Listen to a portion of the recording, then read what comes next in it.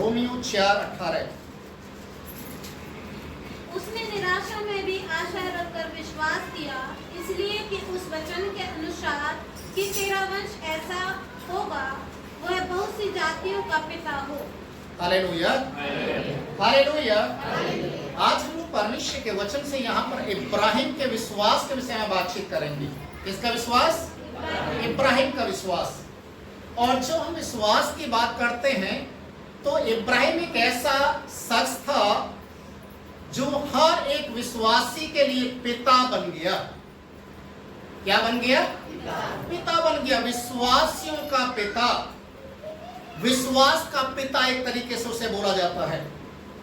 परमेश्वर के वचन में हम जब पढ़ते इब्राहिम की जर्नी के विषय में, इब्राहिम की यात्रा के विषय में, हो सकता है कि आप और हम शायद इब्राहिम के समान एक ऐसे मोड़ पर खड़े हों, एक ऐसी परिस्थिति में खड़े हों जहां पर हमें निराशा के अलावा कुछ भी नहीं नजर आ रहा है। और इब्राहिम का जो जीवन है, बाइबल में लिखा हुआ है, वो एक ऐसे परिवार से आता है, या एक ऐसे परिवार में इब्राहिम का जन्म होता है जो मूर्ति बनाने वाला एक कारीगर था, उसका पिता। इब्राहिम का पिता मूर्ति बनाकर बाजार में बेचने वाला एक व्यक्ति था। लोगों के बीच में ईश्वर को दिखाने वाला। पर बाइबल हमें कुछ बातों को ऐसा इस प्रकार से बताती है, इब्राहिम का पिता मूर्तियों का कारीगर होने के बावजूद मूर्तियों को बनाता था, बेचता था, और उनके घर के अंदर बहुत सारा श्राप था, बहुत सारा श्राप। क्योंकि इब्राहिम का बड़ा भाई अपने जवानी के समय में ही, एक तरीके से बोला जाए तो, उसका मृत्यु हो गया था। इब्राहिम खुद इतनी बुजुर्ग अवस्था में होने के बावजूद उसे पिता का सुख नहीं मिला। उसकी पत्नी, अपनी पत्नी होने के बावजूद उसकी पत्नी बांझ की एक दशा में थी। Hallelujah, hallelujah.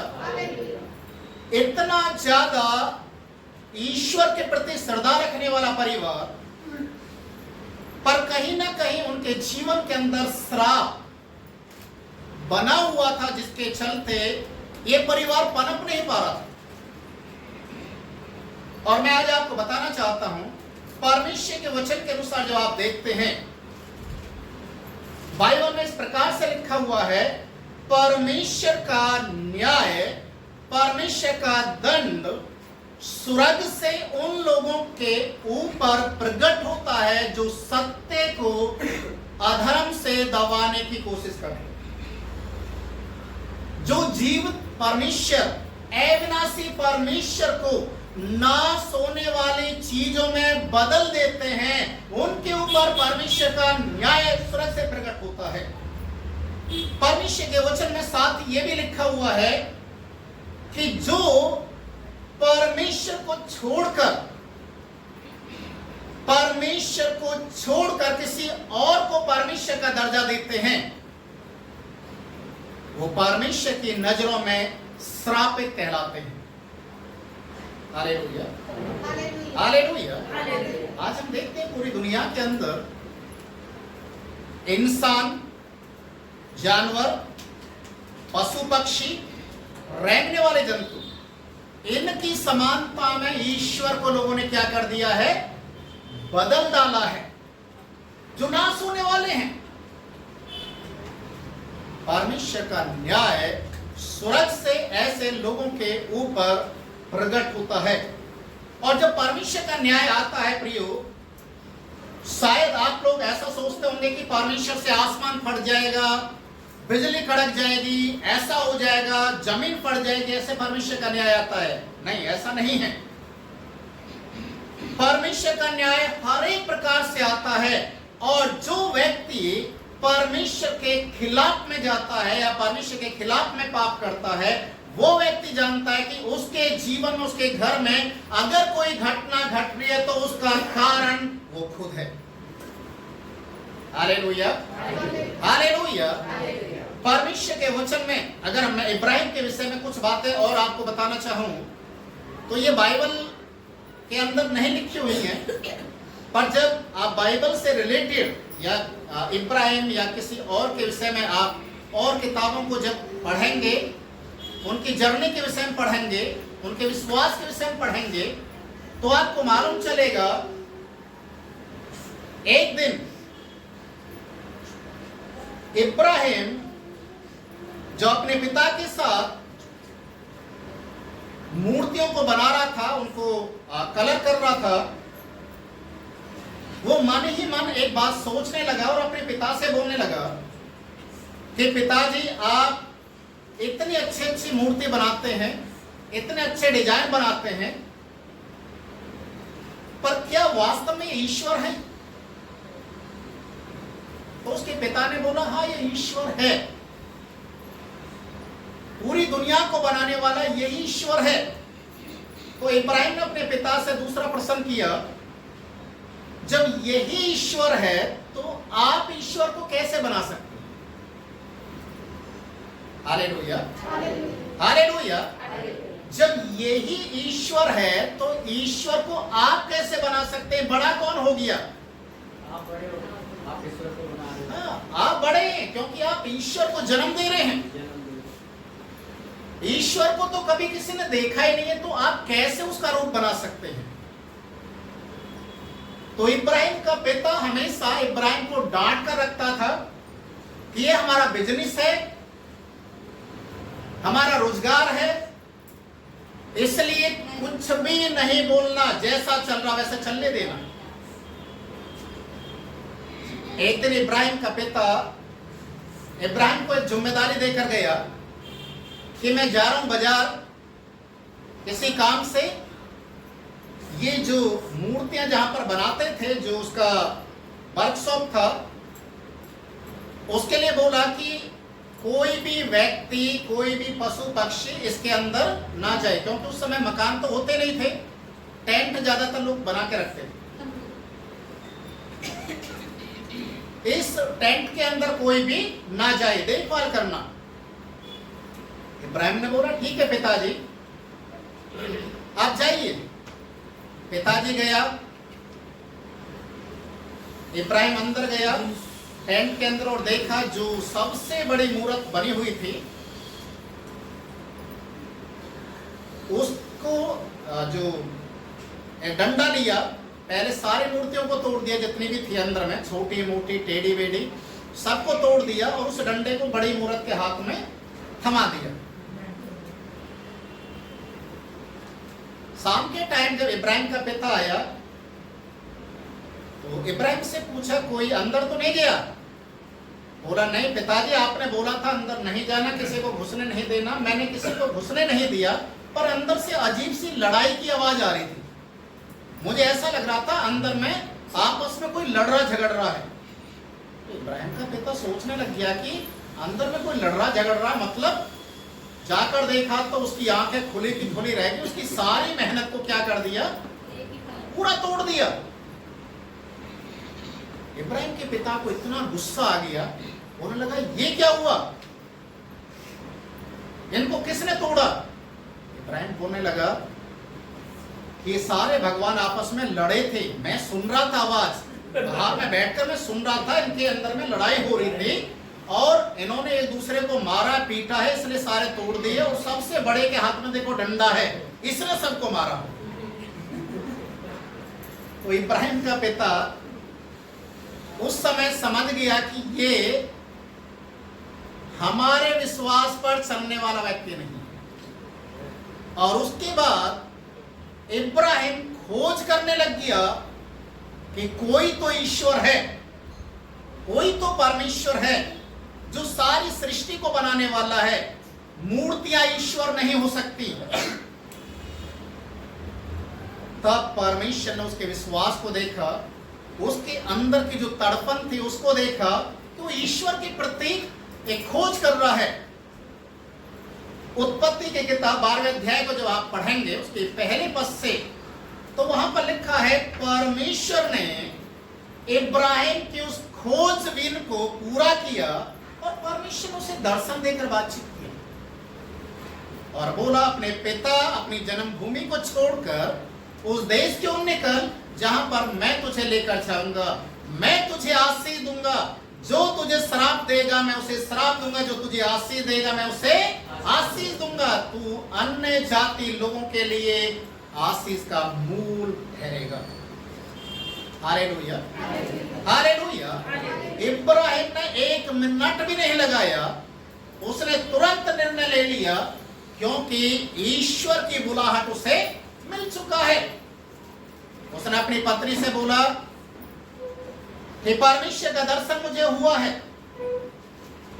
परमेश्वर ने कहा मैं तुझे आशीष दूंगा, पर एक कंडीशन है, अपने पिता अपने घराने को छोड़कर यहां से निकलना है, क्योंकि वो पूरा घर जहां पर इब्राहिम रहता था वो हर जगह देखने से, क्योंकि मूर्ति बनाने वाला उसका पिता था, तो हर जगह उसने मूर्तियों की स्थापना कर रखी थी, उनको बनाता था श्रापित जगह। इब्राहिम परमेश्वर की बुलाहट को जैसे ही सुना वो चल दिया और साथ साथ में उसका भतीजा भी उसके पीछे पीछे आया और बोलने लगा कि चाचा मैं भी आपके साथ चलूंगा, क्योंकि मुझे भी यहां नहीं रहना है, क्योंकि ये श्रापित जगह है। परमेश्वर का वचन हमें बहुत सारी बातों को सिखाता है कि जहां पर परमेश्वर कहता है उनसे बाहर आने के लिए, उन कामों को छोड़ने के लिए, उन्हें त्यागने के लिए, तो परमेश्वर का कोई ना कोई उद्देश्य होता है। वो क्यों हमसे बातचीत कर रहा है, क्यों कहता है कि उनमें से निकल जाओ, इन चीजों को छोड़ दो, त्याग दो, क्यों? परमेश्वर चाहता है कि आप विश्वासी बने, आप पवित्र बने, आप परमेश्वर के गवाह बने। Hallelujah, hallelujah. और बाइबल हमें बताते हैं इब्राहिम पूरे विश्वास के साथ आगे की ओर निकल गया और परमेश्वर की अगुवाई में वो चलना शुरू किया। जिस समय इब्राहिम ने अपने पिता के घर को छोड़ा उसकी उम्र 75 साल थी और उसकी पत्नी की उम्र 65 साल थी। हालेलुया। और परमेश्वर ने वाचा बांधा, मैं तुझे आशीष, मैं तुझे आशीष का मूल ठहराऊंगा। इब्राहिम चलते गया, उसके जीवन के अंदर बहुत सारे उतार चढ़ाव आए और बाइबल हमें यहां पर बताते कि उसने निराशा में भी आशा रखा। हालेलुया, निराशा में भी आशा रखा। अजीजों, आज हर एक व्यक्ति के जीवन में निराशा आती है और ऐसी ऐसी निराशा आ जाती है कि आदमी खाना पीना भी छोड़ देता है। निराशा में एक आदमी पागल जैसी हरकतें करने लग जाता है। निराशा में एक व्यक्ति कुछ नशीले पदार्थों का सेवन करने लग जाता है। पर वचन कहता है, याकूब की किताब उसके 5वें अध्याय को आप पढ़ेंगे, उसके 13वें पद में लिखा है, यदि तुम में कोई दुखी हो वो क्या करे? क्या करे? प्रार्थना करे। यदि तुम में कोई दुखी हो तो प्रार्थना करे, यदि आनंदित हो तो परमेश्वर की स्तुति करे। Hallelujah, hallelujah. निराशा हमारे जीवन में आएगी, दुख हमारे जीवन में आएगा, परीक्षा हमारे जीवन में आएगी, पर आप यीशु के नाम से, प्रभु के नाम से आप उनका मुकाबला कैसे करेंगे? कैसे अपने विश्वास के द्वारा आप उन आशीषों को अपने जीवन में ले पाएंगे? ये आपके ऊपर डिपेंड करता है, आपका विश्वास क्या है, आप परमेश्वर के लिए कितने खराई के साथ चलने वाले, कितने आप ईमानदारी से प्रभु का नाम लेते हैं। आपके विश्वास के अनुसार परमेश्वर आपकी निराशा के अंदर आपको एक आशा की किरण दिखाएगा। Hallelujah, hallelujah. बाइबल में लिखा हुआ है, इब्राहिम की पत्नी जब समय बीतते गया उसको कोई संतान नहीं हो रही है, कहीं ना कहीं उसने परमेश्वर के वचन के ऊपर शक भी किया और एक ऐसा शक किया जिसे डाउटफुल बोला जाता है। डाउटफुल। परमेश्वर ने तुझसे बोला था ना, मैं तुझे संतान दूंगा, मेरे से तो नहीं बोला कि तेरी कोख से होगा। समझ में आ रहा है? सारा क्या बोल रही है? परमेश्वर ने तुझसे वाचा बांधा है ना कि इब्राहिम को मैं पिता का दर्जा दूंगा, तेरे द्वारा संतान होगी। ये तो नहीं बोला तेरी पत्नी सारा से होगी।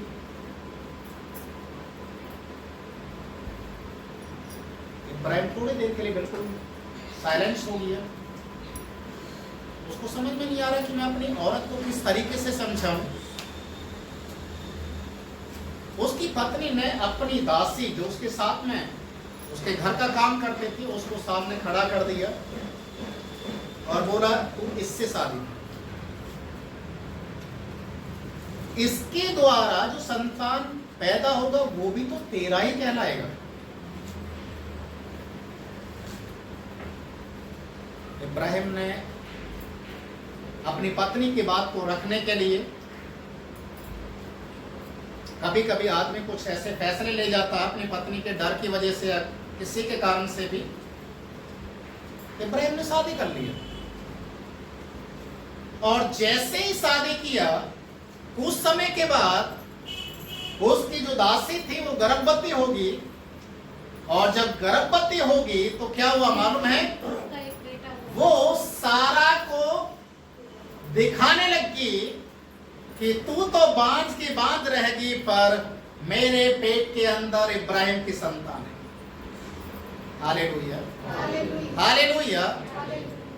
वो उसको देख देख कर किलसना शुरू किया, चिढ़ना शुरू कर दिया। अब वो अपने पति को दोबारा से बोलने लगी इब्राहिम को, इसको निकाल अपने घर से।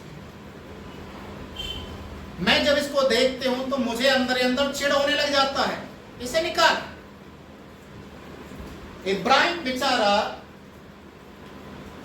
अब उसको कोई समझ में नहीं आ रहा कि मैं क्या करूं, क्योंकि अपनी पत्नी के कहने से उसने शादी तो कर लिया, अब वो गर्भवती भी होगी। आप क्या बोल रहे हो उसके पत्नी से घर से निकाल। उसका खाना पीना भी बंद कर दिया, घर से उसको निकाला गया, फिर दोबारा रखा गया। जब एक बेटे ने जन्म ले लिया फिर उसे निकाल दिया गया, क्योंकि अब वो बेटा भी क्या करने लगा? सारा को चिढ़ाने लग गया। इब्राहिम का जो प्यार अपनी पत्नी के प्रति पहले था, सारा के प्रति, अब वो क्या हो गया? वो बंटना शुरू हो गया। अपनी दूसरी पत्नी और उसके होने वाले बेटे के ऊपर उसका प्यार ज्यादा होने लग गया। लास्ट में सारा इतना ज्यादा गुस्से से भर गई कि उसकी पत्नी और उसके बच्चे के साथ उसे घर से बिल्कुल निकाल दिया। परमेश्वर का वचन हमें इब्राहिम की निराशा के विषय में सिखाता है कि जब वो दुखी था, जब वो लाचार था, जब वो बेबस हो जाता था कि मैं क्या करूं, ऐसे समय में मुझे क्या करना है। मैंने गलती तो कर दी अपनी पत्नी के कहने से, पर अब इस गलती को कैसे सुधारूं? और उसने परमेश्वर के ऊपर जो आस्था था, परमेश्वर के प्रति जो विश्वास था, वो प्रार्थना करना शुरू किया। परमेश्वर ने उसकी पत्नी जो हाजिरा थी, उसके बेटे को आशीष देने के लिए परमेश्वर ने उसे भी ठहरा दिया कि इब्राहिम की संतान है, फिर भी मैं तुझे आशीष दूंगा इब्राहिम के द्वारा। अब वो समय आ चुका है कि हाजिरा उस घर से निकल चुकी है। अभी इब्राहिम और सारा दोनों उसी घर के अंदर है, तंबू के अंदर है। आगे एक वचन और पढ़ेंगे, रोमियो की किताब उसके 4 अध्याय उसके 19 पद में एक बात और लिखा हुआ है, वह जो 100 वर्ष का था अपने मरे हुए से शरीर और सारा के गर्भ की मरी हुई सी दशा जानकर भी विश्वास में निर्बल न हुआ। Hallelujah, hallelujah. यहाँ पर लिखा हुआ है वह जो 100 वर्ष का था, कौन था? इब्राहिम।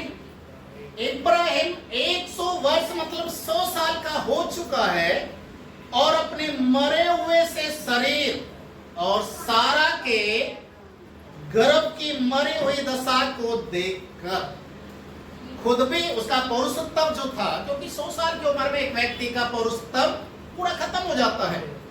एक स्त्री का जो गर्भ धारण करने की जो एक क्षमता होती है, सीमा होती है, वो भी खत्म हो जाती है।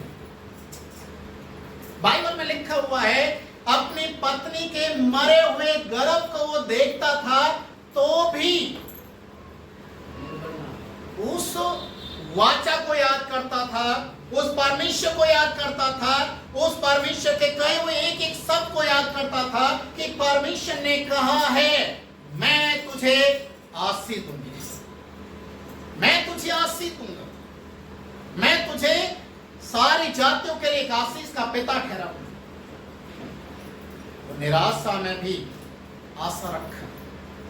आज ही जो कई बार हमारे सामने ऐसी परिस्थिति आ जाती है, हम चारों तरफ देखते हैं, हर तरफ हमें निराशा, हमें कुछ ऐसी चीजें नजर आने लग जाते हैं कि हमारा जो विश्वास है वो डामाडोल होने लग जाता है।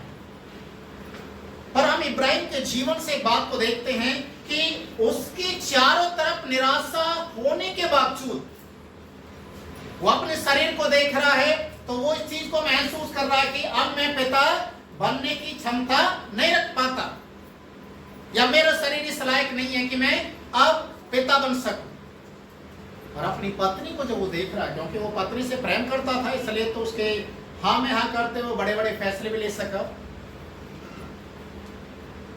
जब वो अपनी पत्नी को देखता था, उसके चेहरे के ऊपर झुर्रियां हो चुकी थी।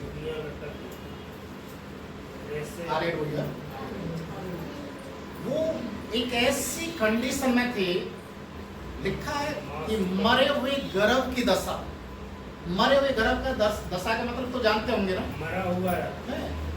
अब उनका जो उसके पत्नी का जो स्थिति है वो बिल्कुल एक ऐसे कगार पर जा चुका है कि अब असंभव है कि मां बने।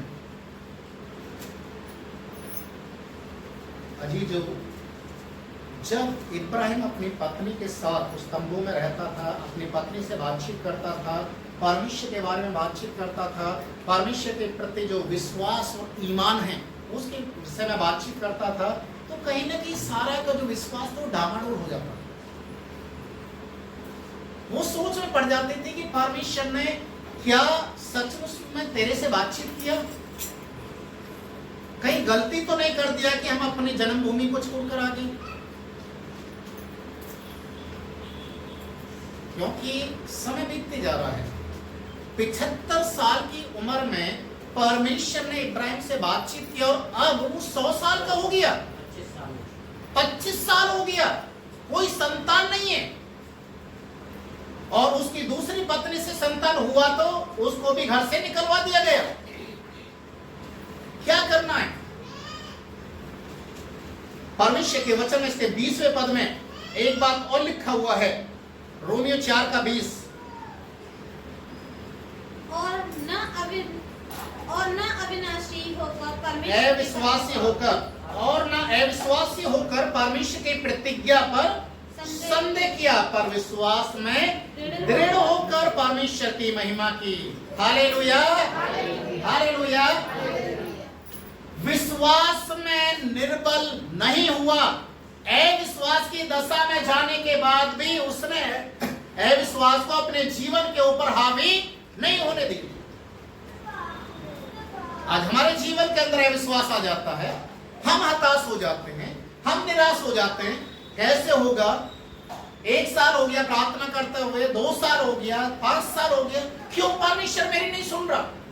और बहुत सारे लोग तो ऐसे हैं जो चर्च ही छोड़ देते हैं, प्रार्थना करना छोड़ देते हैं, बाइबल पढ़ना छोड़ देते हैं।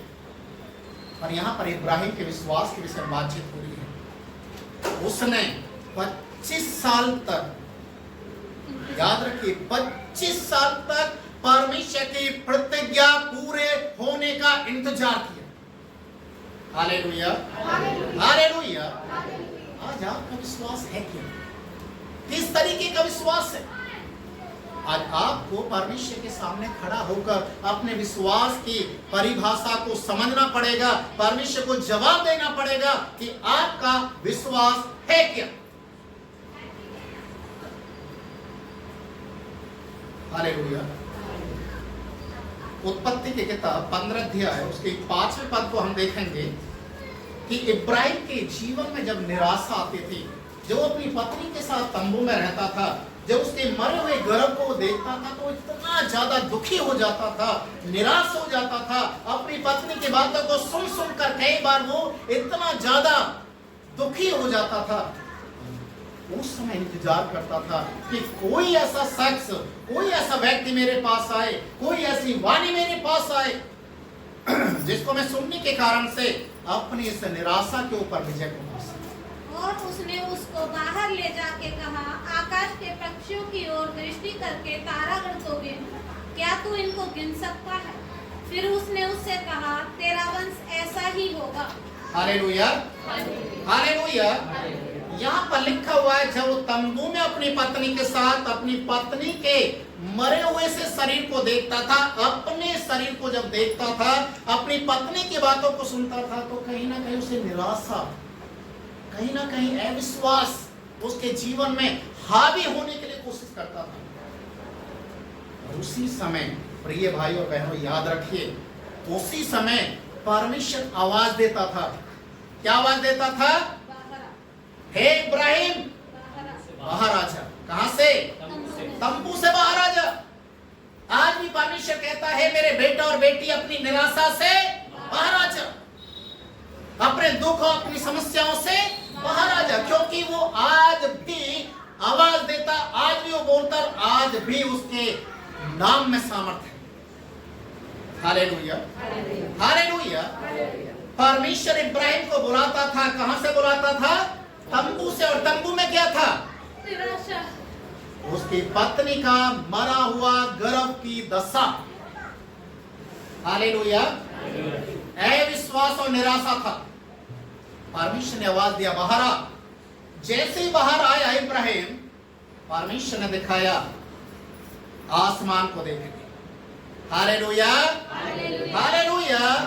इस आसमान को देख, क्या इन तारों को तू गिन सकता है? मैं तुझे ऐसे ही आशीष दूंगा। आमीन। Hallelujah, hallelujah. मैं तुझे ऐसे ही आशीष दूंगा जिनको तू गिन नहीं सकेगा। अजीजों, परमेश्वर के ऊपर उसने जो विश्वास किया, वो विश्वास इस बात को साबित करता है कि परमेश्वर आज भी अद्भुत चमत्कार करने वाला परमेश्वर है। इब्राहिम की किताब उसके 11 अध्याय के 6 पद को कोई एक जन पढ़े। इब्राहिम 11:6।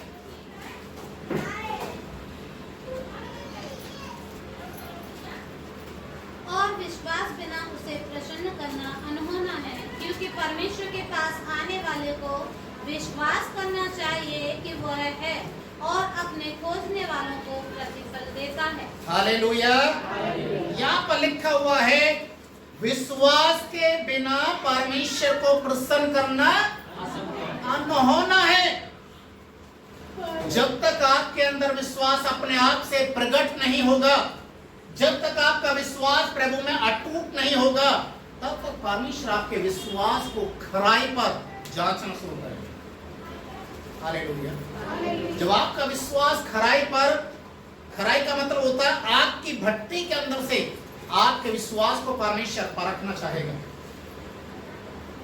तब उस आग के भट्टी के अंदर से भी आप निकलकर अपने विश्वास में बने रहेंगे, तो इसका मतलब आप परमेश्वर के उन आशीषों को पाने के हकदार हो जाएंगे जिनके लिए परमेश्वर का वचन है।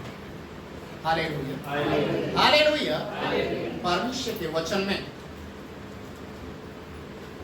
इब्राहिम, देखिए यहां पर जैसा लिखा है, परमेश्वर के नजदीक आने वाले को विश्वास करना चाहिए कि वो है, और अपने नाम लेने वाले, अपने खोजने वाले को प्रतिफल देता है। तो परमेश्वर उसको प्रतिफल उस समय देता है जब एक व्यक्ति के अंदर विश्वास अंदर से प्रकट होता है। विश्वास किसी पेड़ पर लगने वाला फल नहीं है। आपने किसी और की बात को सुन लिया, किसी और की बात को सुन लिया, आप उत्साह से भर गए, आपने विश्वास कर लिया, आप विश्वास करके उछलने लगे, गीत गाने लगे, आपकी शायद प्रार्थना का उत्तर भी मिल गया, और कुछ समय के बाद आपके जीवन में निराशा आ गई। आप प्रार्थना कर रहे, आपको उत्तर नहीं मिल रहा, आपके जीवन में बीमारी समस्या आ गई, आपका विश्वास कहां रहेगा उस समय? आप दुखी हो जाएंगे, लाचार हो जाएंगे, आप बोलेंगे कि सब बेकार है। मैं तो गया था चर्च में, एक बार मेरी सुन ली, मैंने उससे सुना था, उसने बोला कि मुझे कैंसर की बीमारी से चंगाई मिल गई, मैंने उसके ऊपर विश्वास कर लिया, मेरे घर में खांसी भी खत्म नहीं हो रही है, उसका तो कैंसर खत्म हो गया। सब झूठ है। चर्च आना जाना बंद कर देते हैं। क्यों मालूम है?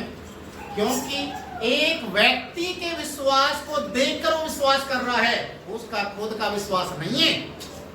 Hallelujah, hallelujah.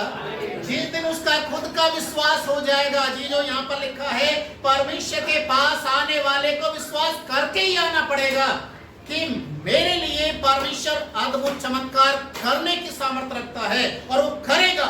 यही विश्वास होना चाहिए। परमेश्वर के वचन में लिखा, वो उसके लिए हो जाए।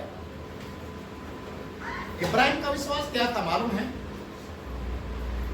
मेरा परमेश्वर, यहां पर आगे इसी के विषय में लिखा हुआ है, रोमियो 4 अध्याय में, फिर से हम वापस आएंगे। 21 पद को आप पढ़ें। और निश्चय जाना कि जिस बात की उसने प्रतिज्ञा की है वह उसे पूरी करने की तो भी सामर्थ्य है। इस कारण यह उसके लिए धार्मिकता गिना गया। आगे, ये उसके लिए धार्मिकता गिना गया। उसे विश्वास था, उसे इतना बड़ा विश्वास था कि जिसने मुझसे प्रतिज्ञा की है उस प्रतिज्ञा को पूरा करने की सामर्थ्य रखता है। Hallelujah, hallelujah. एक बार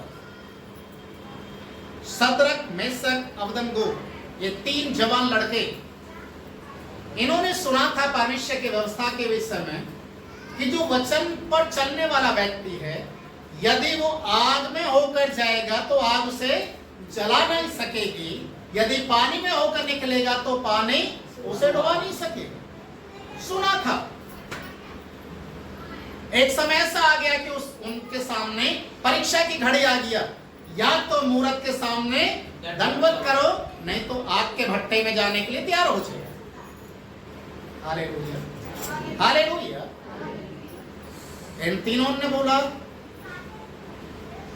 मूरत के सामने हम झुकेंगे नहीं, क्योंकि मूरत परमेश्वर नहीं है। आग के भट्टे के अंदर जाने के लिए हम तैयार हैं, क्योंकि हमारा परमेश्वर वो सामर्थ्य रखता है, क्योंकि उसके वचन में लिखा है, आग के भट्टे के अंदर भी डालेंगे, आग के बीच में से भी गुजरेंगे तो आग तुझे जला नहीं सकेगी। हमारा परमेश्वर सब कुछ। यदि आग के अंदर होकर ही हमें मरना है तो भी हमें मंजूर है, पर हम मूरत के सामने झुकेंगे। Hallelujah, hallelujah. उन्होंने सुना था, और एक ऐसा समय आ गया कि उन्हें आग के भट्टे के अंदर डाल दिया गया। क्या हुआ मालूम है? आग के भट्टे के अंदर उनको बांध कर डाला गया, और वो आग के भट्टे के अंदर खुले हुए घूम रहे, जैसे लोग पार्क में घूमते हैं। Hallelujah, hallelujah. 3 लोगों को आग के भट्टे के अंदर डाला गया, पर देखने में आया कि आग के भट्टे के अंदर 4 हैं। राजा भी हैरान, मंत्री भी परेशान, क्या हुआ, हमने कितने लोग डाले थे, क्योंकि वो गिनती भी भूल चुके थे। राजा, हमें शायद याद है 3 लोगों को डाला था। बोला, फिर ये 4 कहां से है? चौथा कौन है? यीशु मसीह। Hallelujah, hallelujah. प्रभु के नजदीक आने वाले व्यक्ति को विश्वास करना पड़ेगा, वो है आग के भट्टे के अंदर, वो है। Hallelujah, hallelujah. लोगों ने देखा और बोला ये परमेश्वर का पुत्र है। चौथा कौन है? परमेश्वर का पुत्र। अजी जो इब्राहिम ने विश्वास किया और ये विश्वास उसके लिए धार्मिकता गिना गया। आज आप जब परमेश्वर में जीवन को बिताते हैं, जीवन में निराशा तो बहुत आएगी, समस्याएं भी आएंगी, परीक्षाएं भी आएंगी, पर आपका विश्वास, आप उन चीजों के ऊपर विजय पाना, आपको विजय पाना है। एक विश्वासी जब विश्वास के साथ चलता है, इब्रानियों उसके 11 अध्याय के पहले पद में लिखा है, विश्वास आशा की हुई वस्तुओं का निश्चय। आपने आशा कर लिया, आपने निश्चय कर लिया कि मेरा परमेश्वर मेरे लिए करेगा।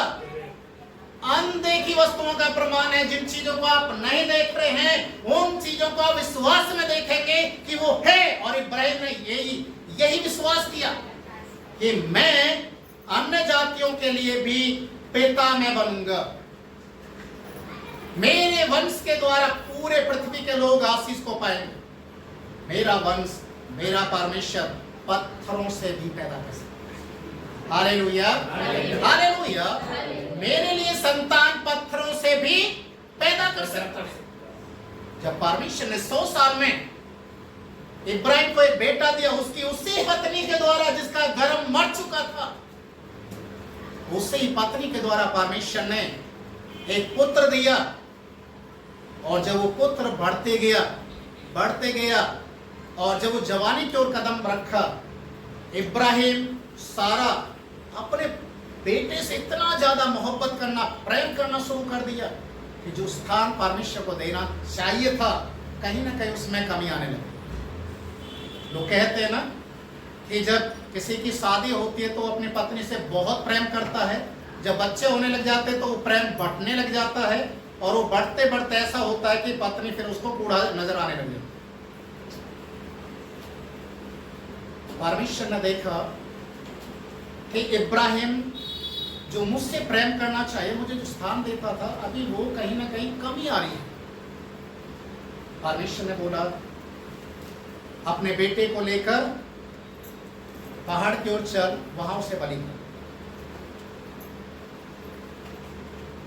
इब्राहिम के हाथ पैर ठंडे पड़ गए। क्या करूं?